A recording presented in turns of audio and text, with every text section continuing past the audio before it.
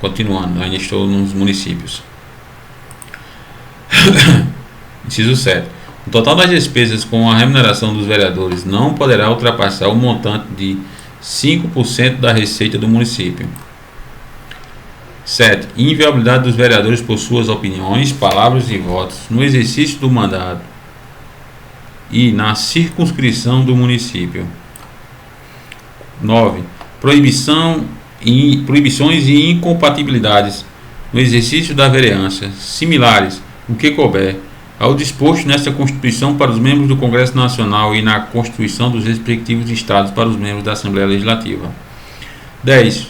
Julgamento do prefeito perante o Tribunal de Justiça. Fala só prefeito, não fala vice. 11. Organização das funções legislativas e fiscalizadoras da Câmara Municipal. 12. Cooperação das associações representativas no planejamento municipal.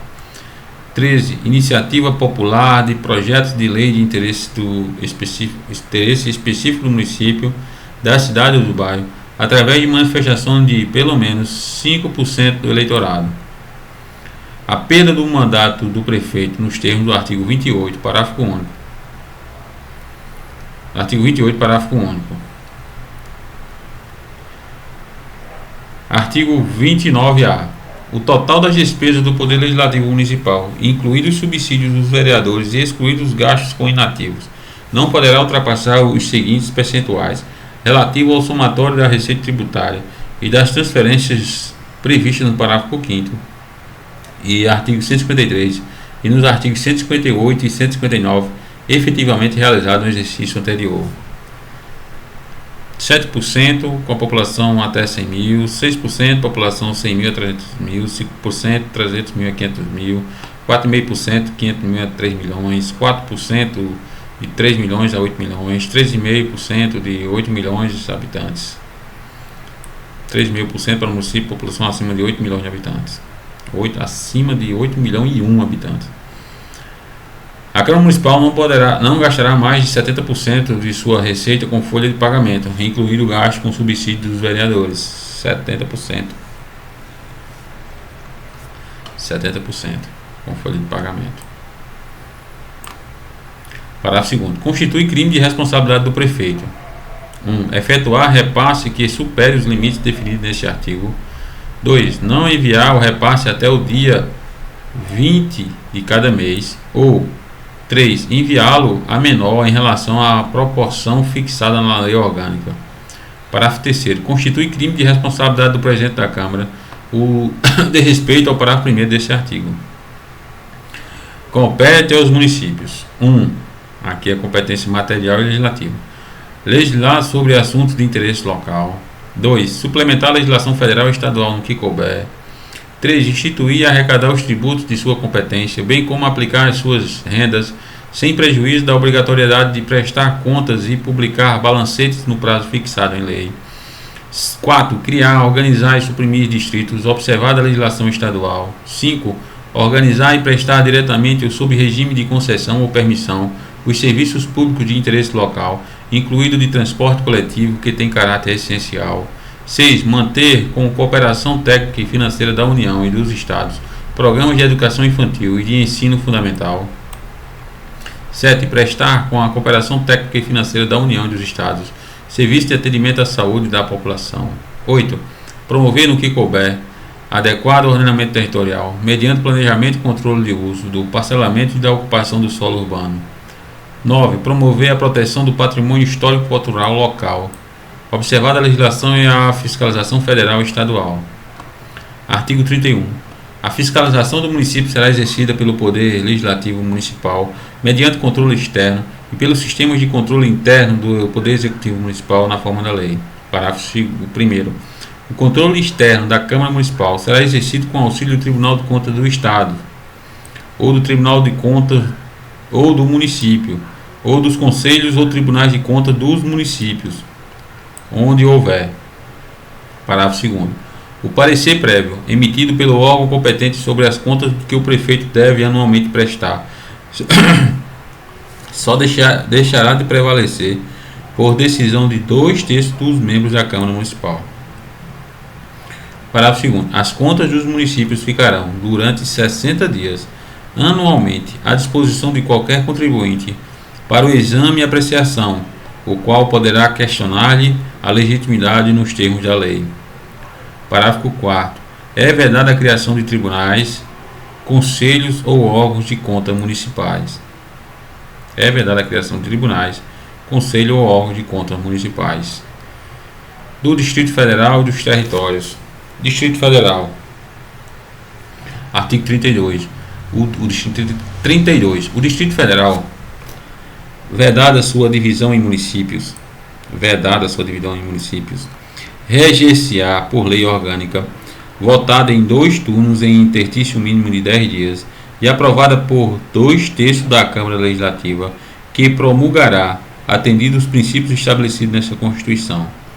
Parágrafo 1º. Ao Distrito Federal são atribuídas as competências legislativas reservadas aos estados e aos municípios. Parágrafo 2º. A eleição do governador e do vice-governador, observadas as regras do artigo 77, e dos deputados distritais, coincidirá com as dos governadores e dos deputados estaduais, para mandato de igual duração. Parágrafo 3º. Aos deputados distritais e à Câmara Legislativa aplica-se o disposto no artigo 27. Parágrafo 4º. Lei Federal disporá sobre utilização pelo Governo do Distrito Federal da Polícia Civil, da Polícia Penal, da Polícia Militar e do Corpo de Bombeiros Militar. Seção 2. Dos territórios. A lei disporá sobre a organização administrativa e judiciária dos territórios. Parágrafo 1º. Os territórios poderão ser divididos em municípios. Aos quais se aplicará, no que couber, o disposto do capítulo 4 deste título. Parágrafo 2º. As contas do governador do território serão submetidas ao Congresso Nacional, com parecer prévio do Tribunal de Contas da União. Parágrafo 3º. Nos territórios federais com mais de 100 mil habitantes, além do governador nomeado na forma desta Constituição, haverá órgãos judiciários de primeira e segunda instância, membros do Ministério Público e defensores públicos federais. A lei disporá sobre as eleições para a Câmara Territorial e sua competência deliberativa. Capítulo 6 da Intervenção Federal. Artigo 34. A União não intervirá no Estado nem no Distrito Federal, exceto para manter a integridade nacional. 2. Repelir invasões estrangeiras ou de unidade da Federação em outra. Repelir a invasão estrangeira ou de uma unidade da Federação em outra. 3. Por termo a grave comprometimento da ordem pública. 4. Garantir o livre exercício de qualquer dos poderes nas unidades da Federação. 5.